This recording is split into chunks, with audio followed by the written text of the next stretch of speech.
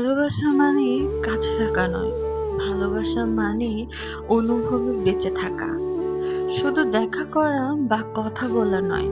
ভালোবাসা হয় নীরবে, নিঃস্বার্থে, দূরত্বে।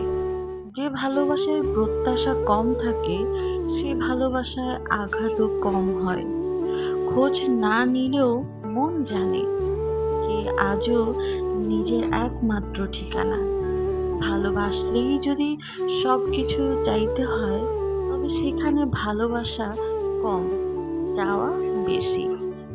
ভালোবাসা হলো সেই অনুভব যেখানে হাসি মুখে না পাওয়াটা মেনে নেওয়া যায়।